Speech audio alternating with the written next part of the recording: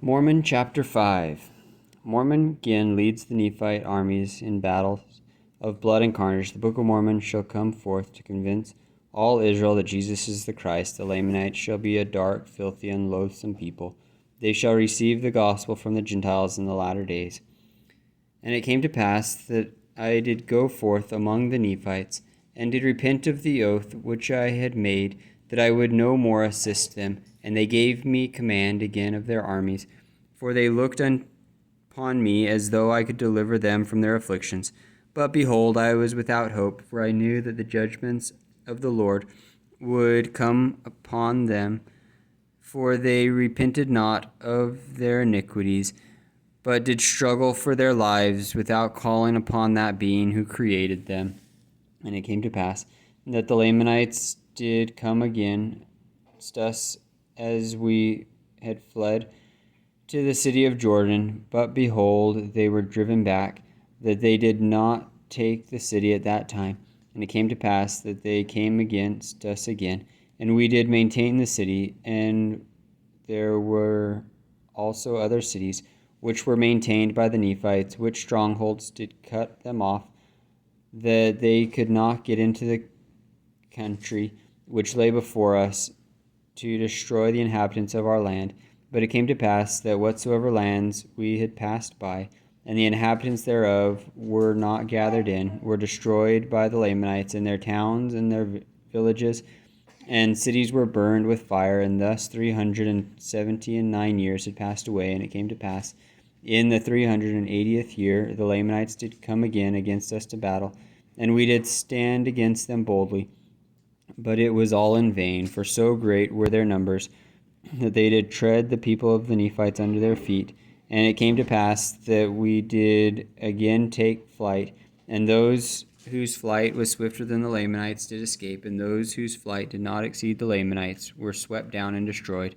And now behold, I, Mormon, do not desire to harrow up the souls of men in casting before them such an awful scene of blood and carnage as was laid before mine eyes. But I, knowing that these things must surely be made known, and that all things which are hid must be revealed upon the housetops, and also that a knowledge of these things must come upon the remnant of these people, and also unto the Gentiles, who the Lord hath said should scatter this people, and this people should be counted as naught among them. Therefore I write a small abridgment, daring not to give a full account of the things which I have seen, because of the commandment which I have received, and also that they might not have too great sorrow because of the wickedness of this people. And now behold, this I speak unto their seed, and also to the Gentiles who have care for the house of Israel, that realize and know from whence their blessings come. For I know that such will sorrow for the calamity of the house of Israel, yea, they will sorrow for the destruction of this people. They will sorrow that this people had not repented, that they might have been clasped in the arms of Jesus. Now these things are written unto the remnant of the house of Jacob, and they are written after this manner, because it is known of God that wickedness will not bring them forth unto them, and they are to be hid up unto the Lord, that they may come forth in his own due time. And this is the commandment which I have received.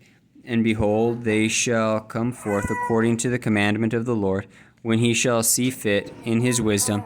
And behold, they shall go unto the unbelieving of the Jews, and for this intent shall they go, that they may be persuaded that Jesus is the Christ, the Son of the living God, that the Father may bring about through his most beloved his great and eternal purpose in restoring the Jews, or all the house of Israel, to the land of their inheritance, which the Lord their God hath given them, unto the fulfilling of his covenant, and also that the seed of his people may more fully believe his gospel, which shall go forth unto them from the Gentiles. For this people shall be scattered, and shall become a dark and a filthy and a loathsome people. beyond the description of that which ever hath been among us, yea, even that which hath been among the Lamanites, and this because of their unbelief and idolatry. For behold, the Spirit of the Lord hath already ceased to strive with their fathers, and they are without Christ and God in the world, and they are driven about as chaff before the wind. They were once a delightsome people, and they had Christ for their shepherd. Yea, they were led even by God the Father.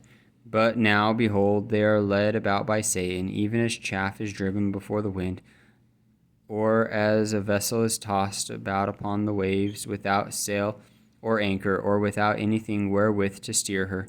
And even as she is, so are they. And behold, the Lord hath reversed their blessings, which they might have received in the land. For the Gentiles shall have possession of the land. But behold, it shall come to pass that they shall be driven and scattered by the Gentiles, and after they have been driven and scattered by the Gentiles, behold, then will the Lord remember the covenant which he made unto Abraham and unto all the house of Israel. And also the Lord will remember the prayers of the righteous, which have been put up unto him for them. And then, O ye Gentiles, how can ye stand before the power of God, except ye shall repent and turn from your evil ways? Know ye not that ye are in the hands of God? Know ye not that he hath all power, and that his great command of earth shall be rolled together as a scroll? Therefore repent ye, and humble yourselves before him, lest he shall come out in justice against you, lest a remnant of the seed of Jacob shall go forth among you as a lion, and tear you in pieces, and there is none to deliver.